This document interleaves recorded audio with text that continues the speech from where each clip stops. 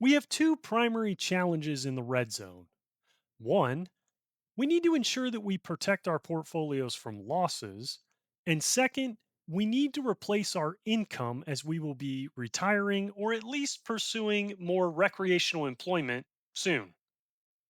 So, can utilities help us overcome these challenges? Hit that subscribe button and join me in the discussion today, right here in the red zone.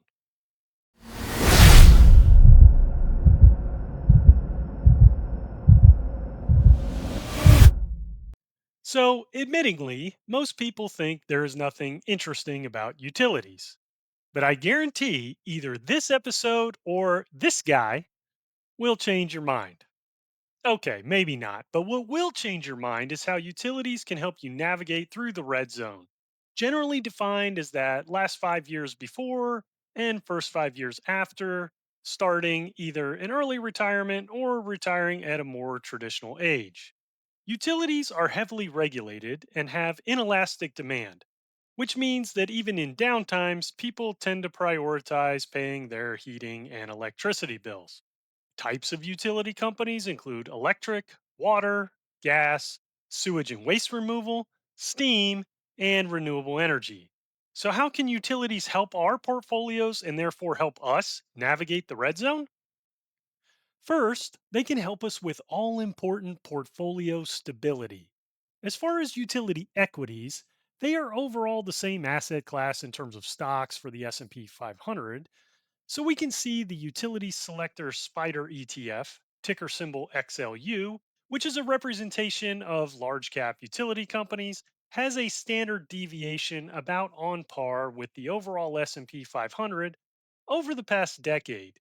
However, we can also look at beta, and utilities have a low beta, meaning that they will generally move less than the market.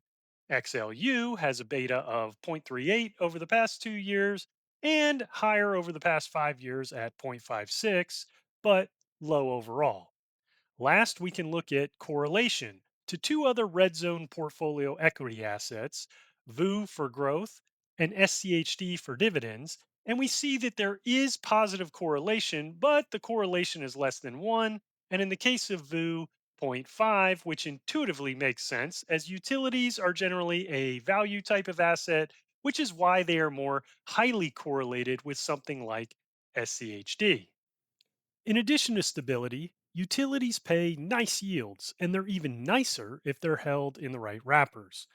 Although some individual utilities are dividend growers, most are not really, as the industry is much more regulated than most, requires large capital investment to build out, and subsequently maintain their power distribution network. On the left side of this chart are some of the higher paying utility stocks. I personally do not invest in individual stocks as I tend to pick them at the wrong time or get lured into dividend traps. So I have also included XLU just to show that it yields double the S&P 500.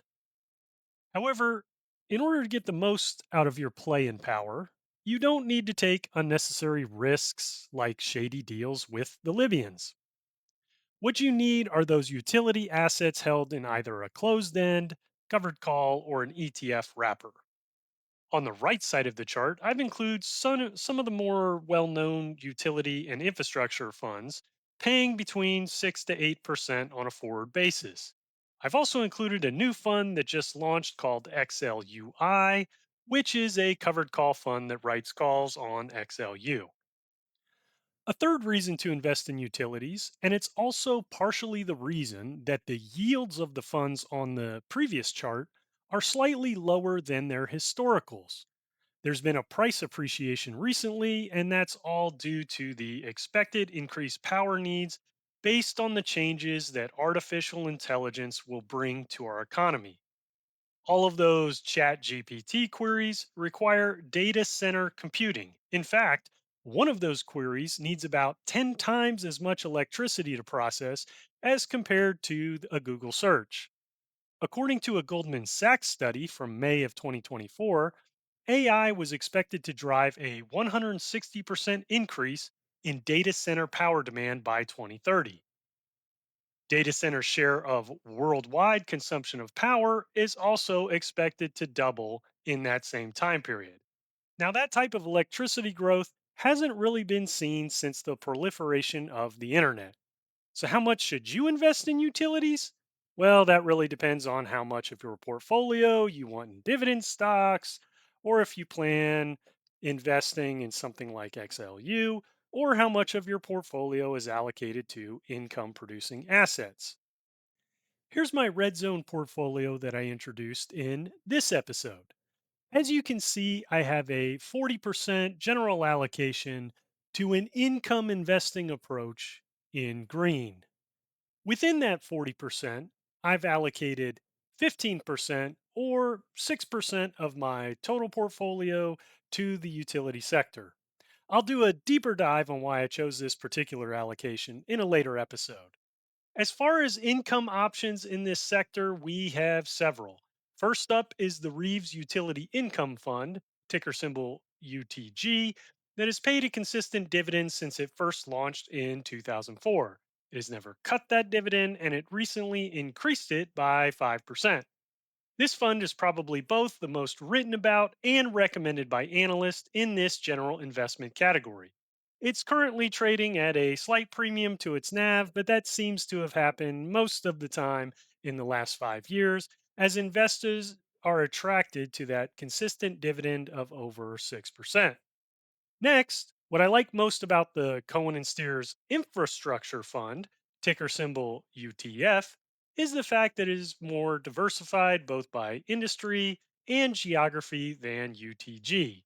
It yields about the same as UTG, and although its entire dividend history isn't unblemished, it is remarkably consistent. My favorite part about our next fund, BlackRock's Utility, Infrastructure, and Power Opportunities Fund, ticker symbol BUI, is the fact that it does not employ leverage, which is relatively rare in the closed end fund space.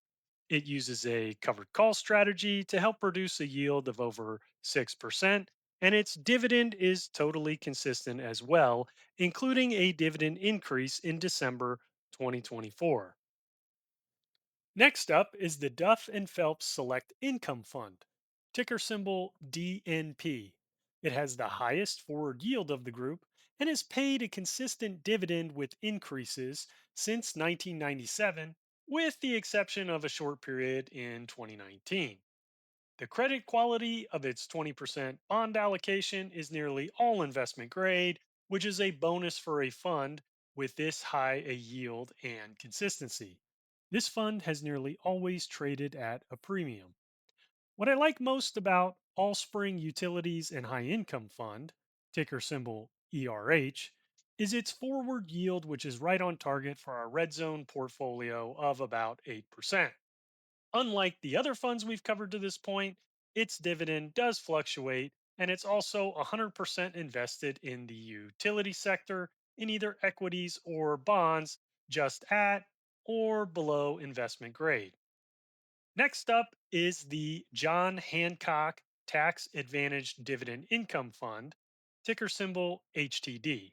What I like most about HTD is its recent July dividend increase of 14.5% and its overall consistency in the dividend, although it did cut its dividend around the time of the great financial crisis, which it just fully recovered from with this recent increase.